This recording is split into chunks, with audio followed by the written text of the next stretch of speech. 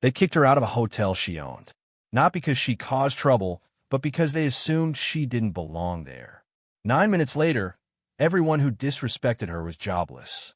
Welcome to Moral Mirror, where real stories reflect real consequences. If you believe in justice, power moves, and people getting what they deserve, hit that subscribe button and join the community that doesn't just watch stories. We learn from them. She walked in with confidence. She always did. Danielle Rivers had earned her success the hard way. Raised by a single mother in the South, she grew up hearing more no's than yes. But Danielle never let that stop her. She pushed through college with scholarships, built her first business out of a one-bedroom apartment, and by 35, she had founded her own luxury hospitality company. Her latest pride and joy? A boutique hotel in downtown Atlanta called the Rosewood. It wasn't just another property. This hotel was special, designed with elegance, history, and Black excellence in mind. Everything from the custom wood paneling to the Afro-contemporary art spoke of legacy and power. Danielle had poured her soul and millions of dollars into it. But on a warm Friday afternoon, that very hotel, her hotel, would become the scene of one of the most humiliating moments of her life. She arrived unannounced, as she often did. Danielle had a habit of conducting surprise inspections by posing as a guest. It was her way of keeping staff sharp and understanding what real customers experienced. No security, no camera crew, no assistants. Just Danielle, in a sleek black dress and designer heels, stepping through the golden glass doors of her five-star oasis. She walked into the lobby and noticed it immediately. Something was off. The polished marble floor had visible streaks. The floral arrangement near the check-in desk looked half-dead, and the music playing over the speakers was outdated. But that wasn't what made her pause. It was the looks. The receptionist barely glanced at her. A bellhop walked past without offering a hand or a greeting. And worst of all, a couple standing by the fireplace smirked and whispered. It wasn't new to Danielle. She knew the unspoken language of judgment, and she'd seen it for decades. Still, she walked up to the front desk, composed as always. "Hi there," she said with a warm smile. "Can I speak with the manager, please?" The receptionist barely looked up. "About what?" Danielle raised an eyebrow, but kept calm. "Just a quick concern." The woman sighed, picked up the phone, and muttered something Danielle couldn't hear. A minute later, out walked Greg, the hotel's recently hired general manager. He looked polished, slightly annoyed, and completely unaware of who he was about to insult. He scanned Danielle from head to toe, slowly, then asked curtly, "Can I help you with something?" Danielle gestured gently toward the lobby floor. "It's a bit messy today. For a place that charges a premium, this isn't the standard I expected." Greg frowned. "And who exactly are you?" Before Danielle could respond, he added sharply, "You don't have a reservation, do you?" Danielle, a bit surprised at his tone, replied, "Not today.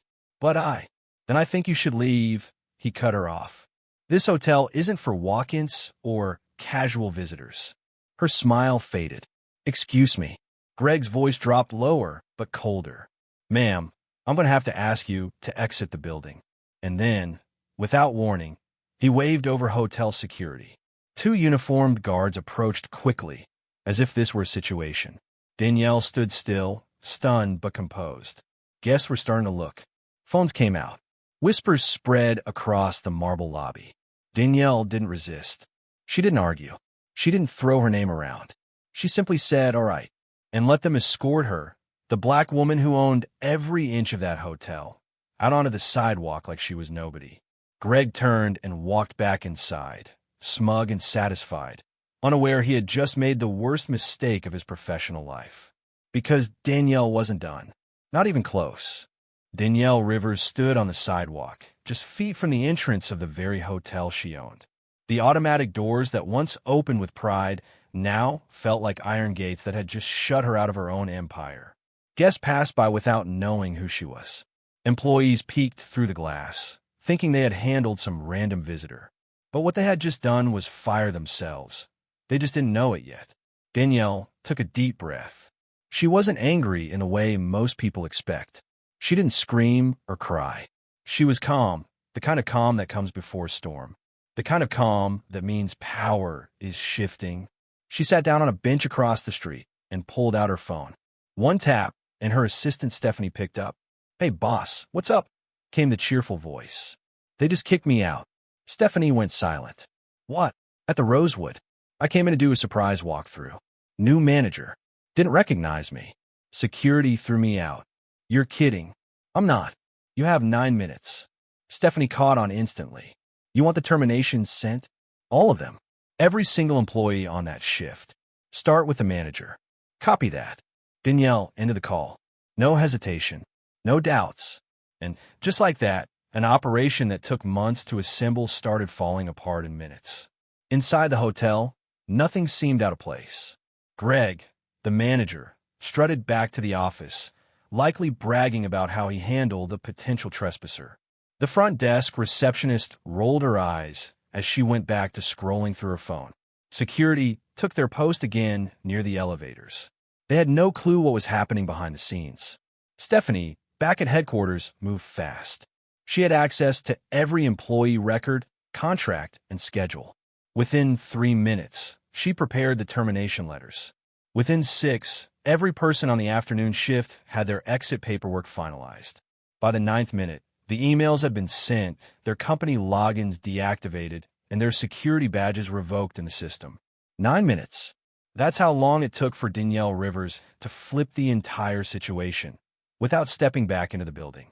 But she wasn't done yet. At exactly the 10-minute mark, Danielle stood up, walked across the street, and re-entered the hotel. This time, with purpose. The doors open again. Greg, seated behind the front desk now, looked up and frowned. "Didn't I ask you to?" "Stop talking," Danielle said firmly. Her voice cut through the lobby like a blade. Calm, direct, chilling. "I'm not here to argue," she continued. "I'm here because you made a mistake." Greg scoffed. "Look, I don't have time for this." "You're done," Danielle said. "Check your email."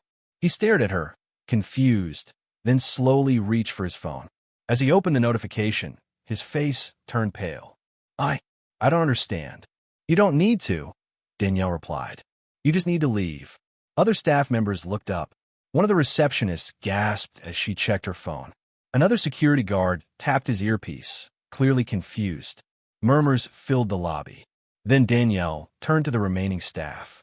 "If you receive an email just now, congratulations. That's your last paycheck. You're no longer employed here." The silence that followed was deafening. One by one, staff members began to check their inboxes, their faces falling. A few tried to speak, but Danielle raised a hand. "No explanations. No excuses. You made assumptions. You treated a guest, your employer, like she didn't belong." Then she said something no one in that room would ever forget. "I built this place for people like me, people who've been told they don't belong. And if you can't understand that, you have no place here." As they began gathering their things, Danielle turned, heels clicking on the marble floor, and walked toward her private office upstairs. The entire hotel stood still. In just 9 minutes, she didn't just fire a team. She made a statement to the world. Danielle Rivers walked back into her hotel like a queen reclaiming her throne. The same doors that had opened for her earlier, before she was wrongly judged, dismissed, and escorted out, now parted before her with new meaning. This time, no one stood in her way. There was no security blocking her path. No smug manager demanding answers.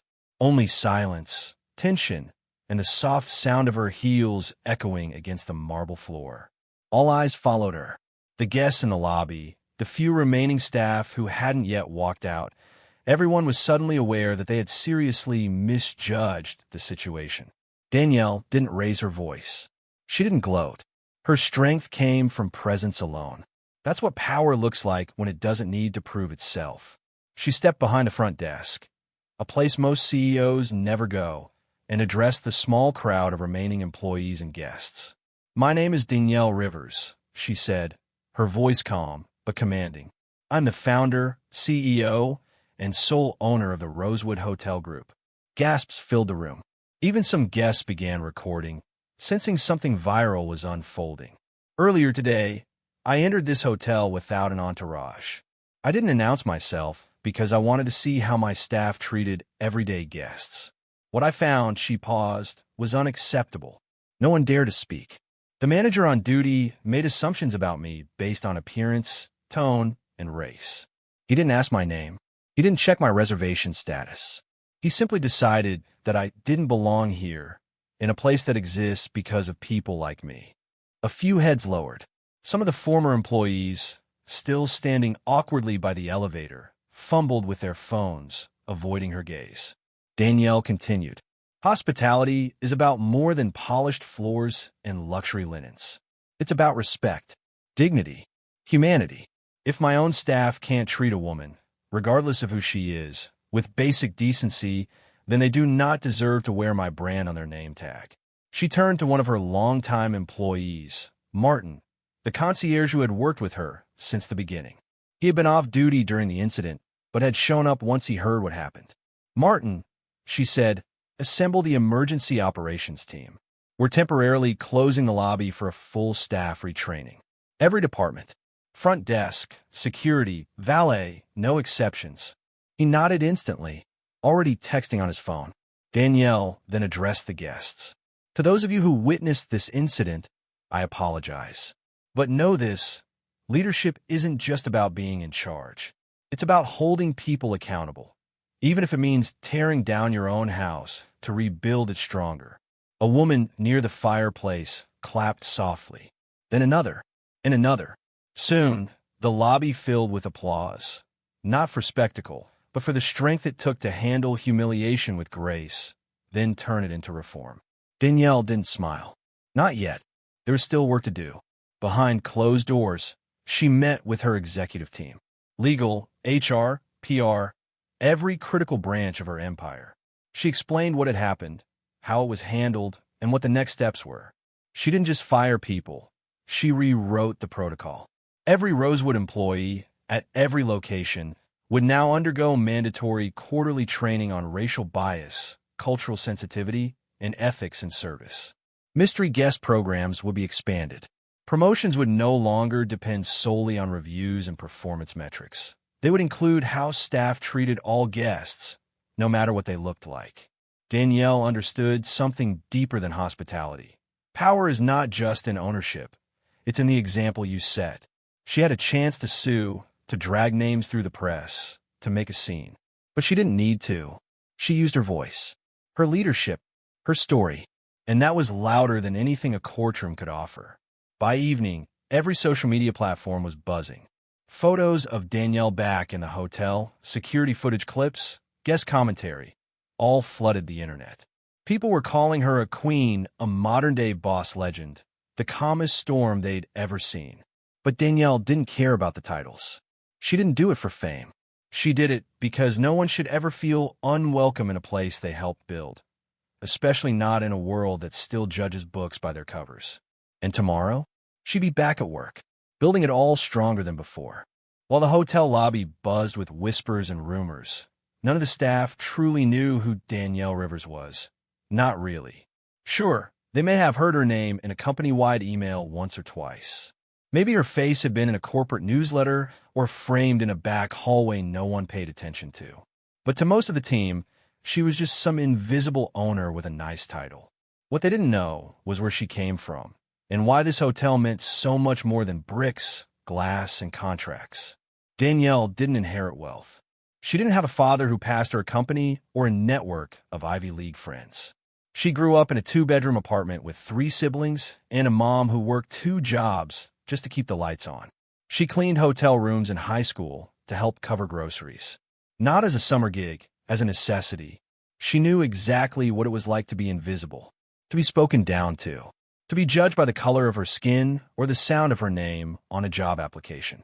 So when she finally made it, after years of college, business failures, rejections, and building her company from scratch, she didn't just want to build luxury hotels. She wanted to build spaces where people like her felt seen, safe, and respected. That's what made the disrespect she experienced so much deeper. It wasn't just about being mistaken for a random visitor. It wasn't just about being kicked out. It was the betrayal of her mission by the very people she had given jobs to. What the staff didn't know was that Danielle had personally reviewed every resume when she opened Rosewood. She'd given second chances to people with rough records. She had helped one of the valets secure housing when his rent spiked. She paid for a front desk agent's emergency medical bill out of pocket when insurance didn't cover it. And yet, in the end, all it took was a glance, a moment, for someone like Greg to throw her out, thinking he was protecting the brand. He didn't even bother to ask her name. He never knew she was the same woman who'd funded the staff's holiday bonuses out of her own savings when the budget fell short last year, or the one who kept the hotel afloat during the pandemic without laying off a single full-time employee. He didn't know, because he didn't care to know, and that was the point. Danielle had been running her business on loyalty and integrity, but loyalty is a two-way street. The moment that loyalty was broken, not by a mistake, but by arrogance and prejudice, the consequences came fast. But Danielle didn't just want to punish. She wanted people to understand. After the mass termination, she ordered a full internal review. She sat down with longtime staff who had been overlooked. She reopened the hiring process with stricter values alignment, not just on paper, but in practice. She made it clear, you don't work at Rosewood unless you believe in what Rosewood stands for. Then she did something else. She scheduled a company-wide virtual town hall. Every employee from every Rosewood property, from janitorial to regional directors, was required to attend. And for the first time, Danielle shared her full story.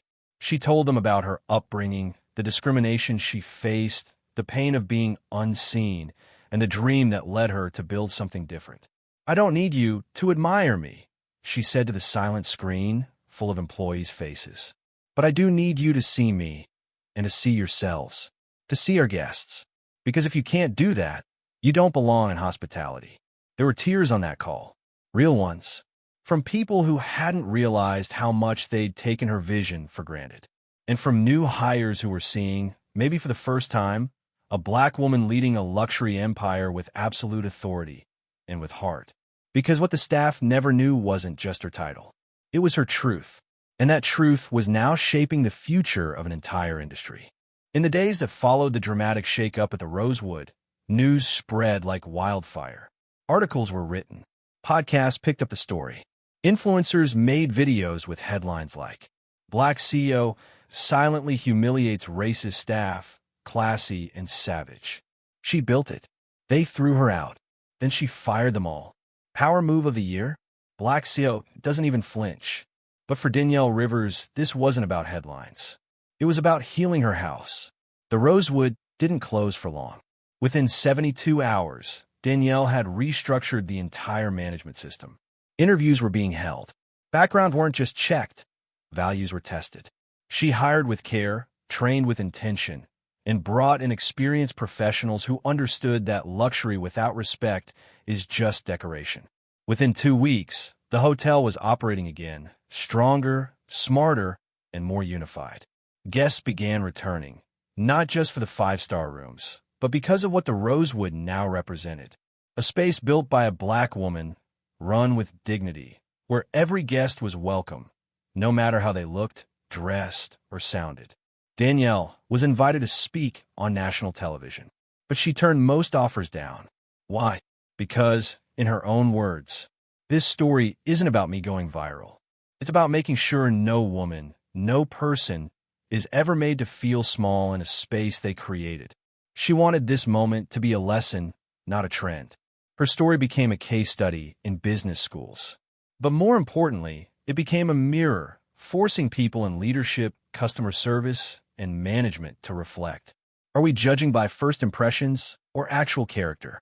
Are we training our teams to lead with empathy or just policy? And in the end, what kind of culture are we really building? Danielle knew that every organization reflects the person at the top. She had to take responsibility, not just for what happened, but for what she would do next. So she created something new, a leadership program inside Rosewood, specifically for women of color pursuing hospitality careers. She called it the Welcome Project, because sometimes a real welcome is the most luxurious thing of all. And now, every new employee from the front desk to the executive suite watches one specific video on their first day. The hotel security footage of that moment when Danielle was kicked out and what she did next. Because real change doesn't come from policies. It comes from moments, hard ones, uncomfortable ones, that force us to ask, if that had been me, what would I have done? So now, we ask you, our moral mirror community. Speech balloon, if you were in Danielle's place. Would you have walked away quietly? Would you have confronted the staff? Would you have blown up in anger or done exactly what she did? Tell us in the comments below, back-end index pointing down. Because this isn't just her story. It's a mirror held up to all of us. And if you found power, purpose, or even just perspective in this story, don't forget to hit that subscribe button and join the Moral Mirror family. We bring you real stories with real lessons. Stories that make you think, feel, and reflect. Because sometimes one story can change how you see the world. Movie camera until next time. Stay sharp, stay aware, and always look in the mirror.